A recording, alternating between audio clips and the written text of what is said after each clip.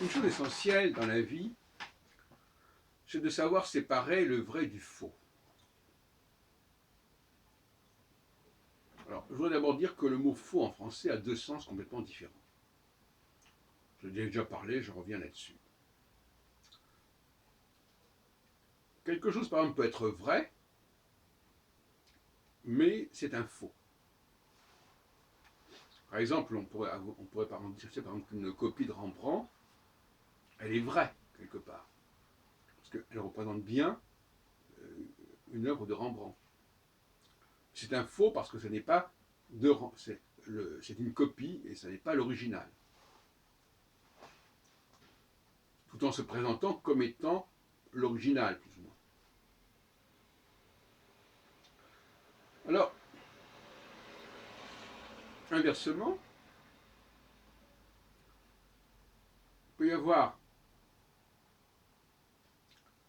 donc on peut avoir d'un côté quelqu'un qui dit des choses fausses, mais c'est vrai pour lui. C'est-à-dire qu'il dit vraiment ce qu'il pense. Donc on peut dire vrai tout en étant dans l'erreur. Et on peut être dans le faux tout en étant dans le vrai. Par exemple, si quelqu'un s'approprie mes propres pensées, il est dans le vrai si mes pensées sont dans le vrai, mais il est dans le faux parce qu'il se les approprie. Bon. Alors, plus largement, c'est la question des contrefaçons qui se pose, la question des substitutions, la question des impostures. Une vieille question dans mon travail depuis des décennies. Alors, l'étranger, non seulement est un imposteur par certains côtés, mais il peut être victime aisément de l'imposture. Pourquoi? Parce que justement il est étranger. Donc il est doublement confronté à l'imposture. Et ce qui fait qu'il est un imposteur, c'est justement qu'il ne capte pas l'imposture. Un peu compliqué. Quelqu'un qui est étranger à un certain domaine peut dissimuler ou nier qu'il est étranger, c'est une forme d'imposture, mais aussi être victime de l'imposture. Pourquoi? Parce que il ne comprendra pas exactement ce qui se passe et il ne saura pas distinguer le vrai du faux. En tout cas, il ne percevra pas les mystifications, les expédients, etc.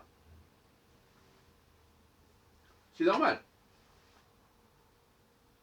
Il confondra des choses qui se ressemblent mais qui ne sont pas du même ordre. Or, le vrai et le faux se ressemblent quelque part, bien évidemment. Tout le problème est là d'ailleurs. Cette ressemblance, cette assimilation, si on peut dire même, qui crée de la confusion. On fait semblant d'être pareil à l'autre. Mais celui qui fait semblant d'être pareil à l'autre risque d'être lui-même pris à son propre piège parce qu'il va également confondre ce qui ne doit pas être confondu autour de lui. Et donc il risque de prendre, comme on dit, des vessies pour des lanternes. Par exemple pour les élections. Il va confondre un vrai programme avec un faux programme, un vrai leader avec un faux leader, etc. Donc l'étranger va introduire du faux dans notre société, dans la société dans laquelle il prétend exister. Il a légitimité et le droit d'exister. Alors, de toute façon, et je terminerai là-dessus, il est clair que on peut aussi se contenter d'apparence, de façade.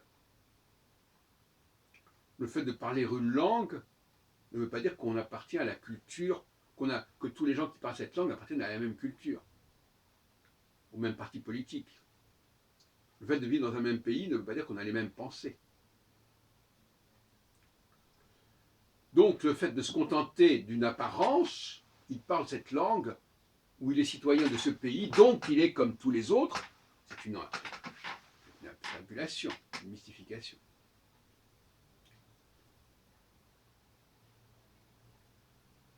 Est-ce que l'étranger le sait quand il dit par exemple qu'il est français parce qu'il a été naturalisé ou parce qu'il est né sur le sol français? Est-ce que ça veut dire qu'il croit réellement qu'il est français? D'abord, il peut se regarder dans la glace, mais aussi, il peut se dire que, bon, finalement, quelque part, il y a des choses qui lui ont échappé, qui n'ont pas été transmises. Parce que la transmission des codes, ça ne passe pas uniquement par la langue française. Il y a un savoir-vivre, il y a un savoir-faire, il y a une façon de se comporter, une façon de poser des questions, une façon de se relier à l'autre, de l'interroger, de le questionner, mais il y a des façons de faire. Et là, on voit bien les différences sociales. Des gens qui n'ont pas de savoir-vivre, qui ne se comportent pas correctement, parce qu'on ne leur a pas appris à se comporter correctement, ou plus exactement, parce qu'ils viennent d'un milieu où on se comporte d'une certaine manière, mais où ce comportement propre à ce milieu qui est en France, effectivement, n'est pas valable pour l'ensemble des autres milieux français. D'une manière générale, c'est comme l'argent, ça court, mais bon, c'est pas forcément la même. Bon. La France est un ensemble de milieux, de communautés, on peut appeler ça comme on voudra, qui ont chacune leur code et qui transmettent leur code forcément à leurs enfants, à leur progéniture. Et la progéniture peut croire que le code qu'elle a appris dans cette famille, dans ce milieu, a une valeur universelle et que ça peut fonctionner dans tous les milieux, au moins en tout cas parmi les francophones par exemple, ou au moins en tout cas sur le sol français. C'est une erreur. Ce serait trop facile. Et là, il faudrait peut-être effectivement dans les écoles enseigner cette question des codes. Expliquer aux enfants, notamment dans des milieux particuliers, marginaux, etc., que les codes qu'ils pratiquent n'ont pas cours nécessairement partout en France. Il y a des gens qui le savent, il y a des gens qui ne le savent pas. Et très souvent, quand des gens de groupes différents se rencontrent, ils n'auront pas les mêmes codes, même s'ils ont la même langue. Et il peut y avoir des clashs, qui ne sont pas des clashs individuels. Je ne crois pas beaucoup aux problématiques individuelles, qui sont liées d'ailleurs à des problèmes mémoriels. Les gens se souviennent trop de leurs problèmes personnels, et donc ils deviennent individualisés. À mon avis, c'est quand même une pathologie. En tout cas, c'est marque d'un genre, au sens de la théorie du genre. Et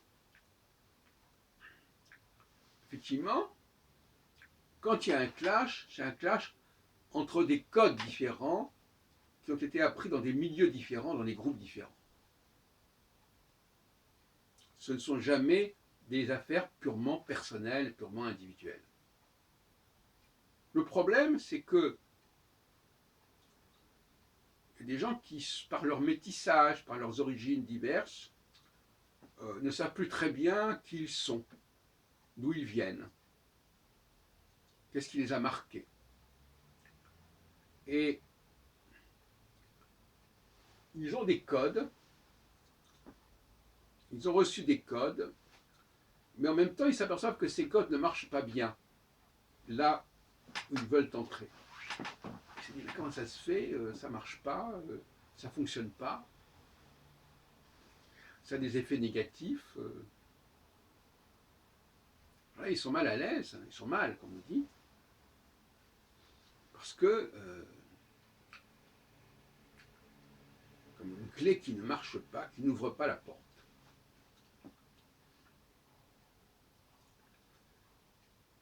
Et il pourrait observer ce qui se fait, ce qui se dit.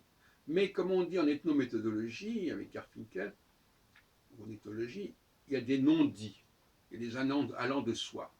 Le groupe a des non-dits, des allants de soi, et le non-dit, ça ne se transmet pas oralement, ça se transmet par le comportement, par l'attitude, par l'exemple. Et ça demande beaucoup de temps si la personne doit par elle-même découvrir comment il faut se comporter dans un certain milieu. Ça demande beaucoup de temps si on ne lui enseigne pas. Et le rôle de l'ethnologie, ce serait justement de mettre en évidence ces codes et de les utiliser notamment pour les problèmes d'immigration. Ce savoir-faire du code, apprendre aux gens qu'il y a un code, que ce n'est plus le même code. Mais à ce moment-là, il faut rendre le non-dit explicite. Le non-dit d'où l'on vient et où l'on va. Donc finalement, beaucoup de gens sont dans le virtuel, de la langue. On parle la même langue, donc on est pareil. On a la même carte d'identité, donc on est pareil. Ben non, c'est pas comme ça que ça se passe.